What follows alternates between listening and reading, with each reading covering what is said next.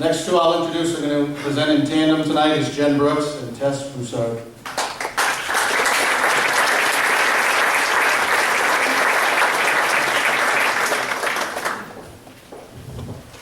Hello, we are here to honor Belinda Perry. 30 years ago, the first Brewer soccer team was formed, and in that group there was an incredible amount of athletes. But immediately, Belinda stood out to me.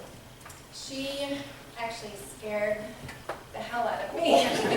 She was very serious and very intense. But shortly, I came to realize it was just her competitiveness.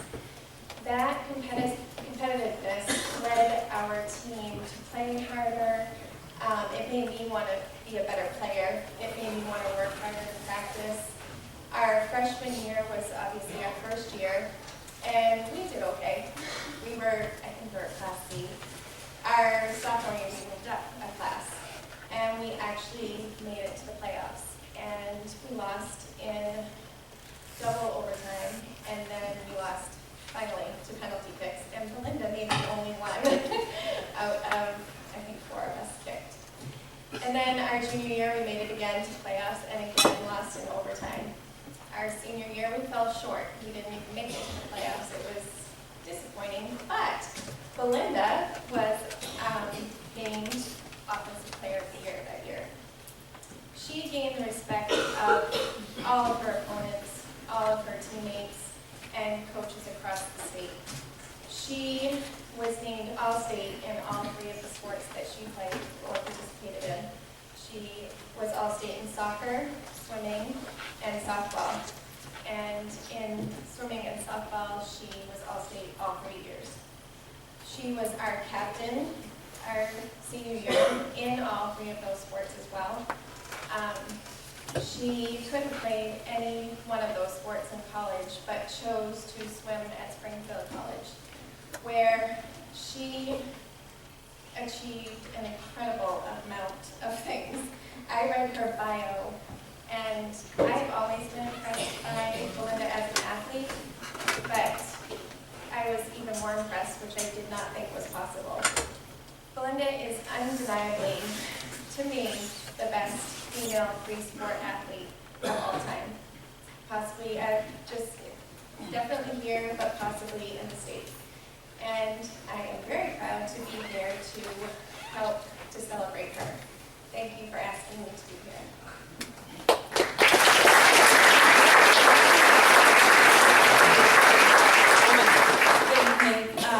So Utterback told me I needed to keep it short. Belinda told me I can't make her cry or embarrass her. So this was a little bit difficult to put together. My name is Jen Brooks, and I am privileged tonight to be one of the 2 people to introduce Belinda Perry Beaulier. For me, there isn't a sport memory from 1st grade to my senior year, including recess kickball to the long bus home after the state game, that doesn't include Belinda. For as long as I remember, we called her Beat. I'm not really sure where that nickname came from. Maybe it was Andy. I'm pretty sure it was some silly childhood thing that combined her first and last name, and it stuck. But I can tell you that as Belinda's softball career progressed, she earned many other nicknames from opposing teams, from sports writers, coaches, and even her own teammates. With her fielding percentage of 900, many called her the vacuum for her unbelievable ability to snag every ball hit to her at shortstop. And on more than one occasion, she was compared to former Major League Baseball shortstop Ozzie Smith. Even when the ball wasn't fielded clean, which was not very often, her throw to the base was always on target. When we were out there in a tough inning, I used to remember thinking and praying, please somebody hit the ball to Belinda so we can die. Belinda was as fierce at the plate as she was in the field. As our leadoff hitter with a career batting average of .426, she was a leader in hits, RBIs, and bases stolen.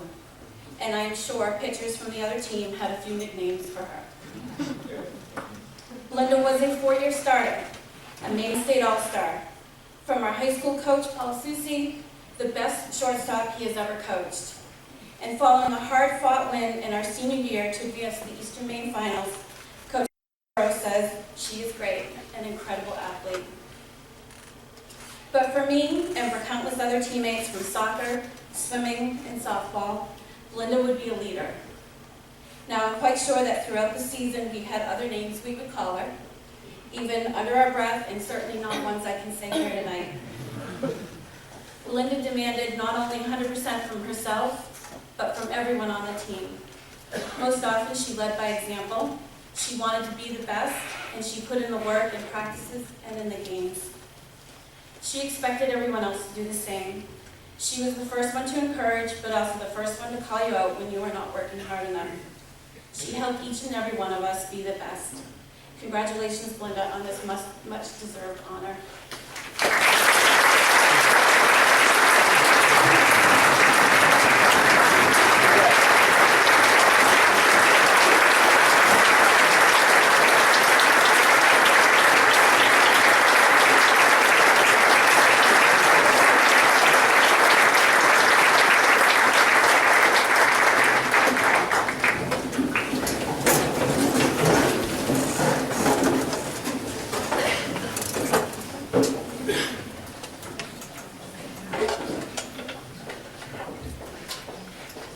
I want to thank both Jen and Tess for being a part of this. Kind of to play off what Andy was talking about, I did a lot of team sports. Swimming was a bit of an individual sport, but it was really important for me tonight to have teammates that were involved with me growing up to be involved with this as well. Jen and Tess both are amazing athletes, great friends, great teammates. Jen and I have known each other since we could walk, waiting at the bus stop together, playing tetherball and everything else.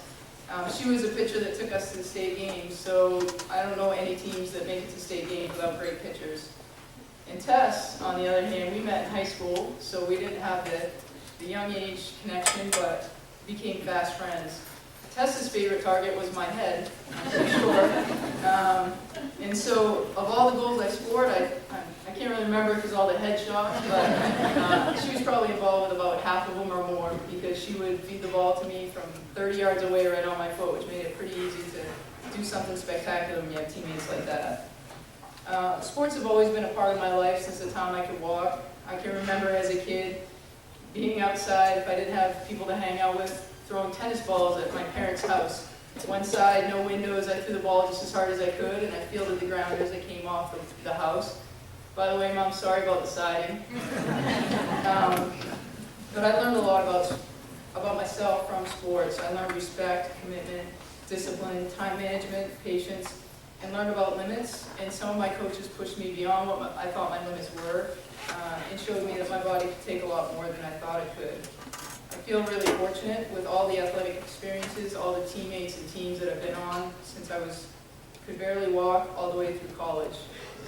I've enjoyed every moment that I've had in sports, and even now today I still try to do some sports, and it's just as fun, and the teammates are just as close to me now. My athletic career was like two different lives almost. In college, I did one sport year-round. It was the first time in my life I did one sport. I had the same teammates, 5 hours a day in the pool. That can make for some testy kids, I can tell you that for sure. There were higher expectations for me in college, and the competition was much different. When I swam at Division II Nationals, I swam against Olympic medalists, which was the first time I really had the chance to compete at that level. When I was inducted into the Springfield College Hall of Fame, I focused mostly on the swimming part of my career. So this has really given me a good chance to think back at some of the more team sports, and I've been thinking a lot about soccer and softball. And swimming was also important to me in high school, but the real team dynamics of having a goal that 15 or 20 people are trying to head towards all the same goal, counting on every person on that team to be their best every day, and knowing that they have your back if you're not at your best that day. I definitely want to thank some people tonight. There's 3 groups of people that I'd like to thank. First, my family and friends. I have family here today, and that's great to see you all. When I was in college, I swam in Springfield, Massachusetts. I had one meet in Maine. My family hosted the whole swim team to come to my house and have a spaghetti dinner. Other than that, I swam in Massachusetts, Rhode Island, Connecticut, New Hampshire, New York, North Dakota, and Ohio. And as I stand here today, I can't think of one meet where I didn't have family. I realize that that's very rare and also special. Mom, I'd like to thank you for all the sacrifices and support that you've given me through the years. I have to thank my husband. He wasn't with me when I was doing all my sports, but he certainly listened to plenty of stories about the good old days. Thank you for listening to all our stories. There are two coaches I want to thank. I've had a lot of different coaches in my life, and two stand above the rest. Coach Susie, he has to be in this Hall of Fame at some point. He's coached so many amazing teams, so many amazing women. For me, he definitely taught me respect, responsibility. He taught me about the game, to learn how to know why we were doing the plays we were doing and what we should do in each situation. I think that he is an outstanding person and coach. My senior year, unfortunately, he had moved on to another opportunity. So it was just like he was in the dugout every game with us that year, though. Every time there'd be a challenging situation, and we would huddle at the pitching mound, we'd be like, what would Coach Susie tell us to do right now? And so we made it to the state playoff game that year, and I am confident that that's because of everything that you taught us along the way, so thank you. The second coach that I have to thank, and although this is a high school Hall of Fame, I can't think about my accomplishments in athletics without thinking about my college coach. The last couple of years of swimming for me were pretty rough in high school, and I didn't think I wanted to swim in college. Coach Tate called me, told me that he thought I could help the team, that he really wanted me to swim there. I'd been offered an athletic award for softball at Springfield, so that was a difficult decision. And I placed my trust and confidence in him and never looked back. From the beginning, he believed in me. He pushed me beyond what I thought I could take. He quickly realized my potential and pushed me to do different events than I had ever thought that I would ever swim. And if you asked me when I started college if I ever could have imagined achieving the things that I did, the answer would have been no. I would always tell him that I can't say that he made my dreams come true because I never dreamed as high as that.